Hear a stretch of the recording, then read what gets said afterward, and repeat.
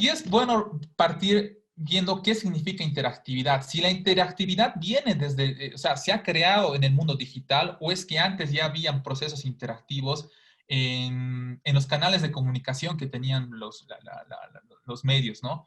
¿Es la interactividad algo propio del contexto digital o es que había ya interactividad antes, solamente que era otro tipo de interactividad y tal vez no es la interactividad que nosotros estamos viendo cuando vemos gráficos, cuando vemos mapas, cuando vemos, ¿cómo se llama? No sé, infografías, un montón de cosas que ahora sí, digamos, nos salta a la vista lo interactivo que puede lograr hacer. Pero tal vez antes había sí interactividad, pero entendida desde otra forma, ¿no? Por ejemplo, para los lingüistas la interactividad está presente en todo y cualquier proceso comunicacional. Cuando una persona lee un diario, como vemos en la figura de la derecha, ¿hay cierto tipo de proceso interactivo, sí o no? ¿Qué creen?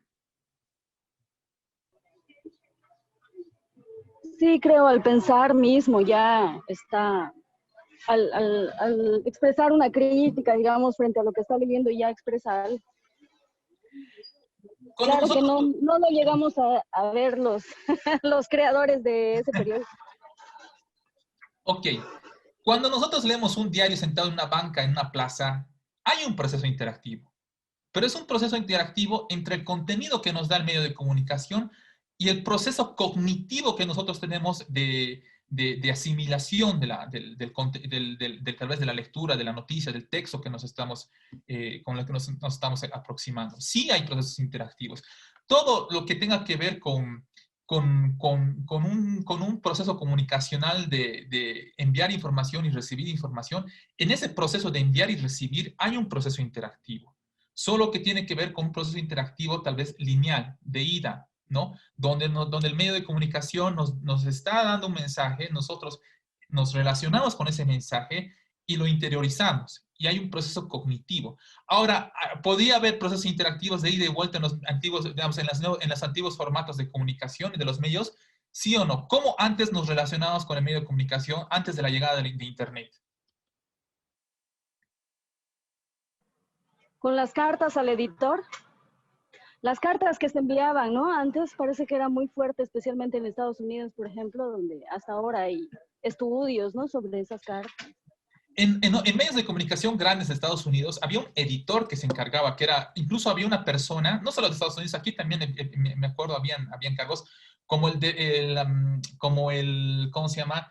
El defensor del lector, una cosa así, habían puestos en medios de comunicación, donde había una persona encargada exclusivamente de ver el tema de la respuesta de los lectores frente al contenido que publicaban los medios de comunicación, las cartas que enviaban, ¿no?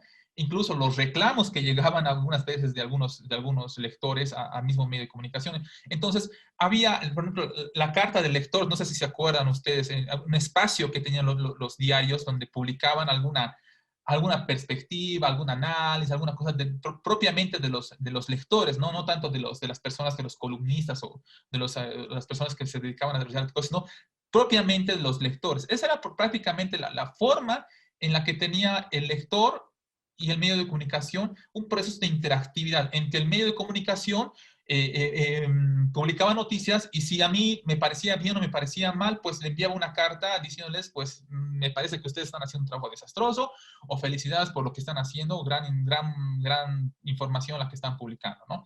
Entonces, ese era el proceso de interactividad. Con el mundo digital, pues un poco cambia o de gran manera cambian esas dinámicas de interacción entre ¿cómo se llama?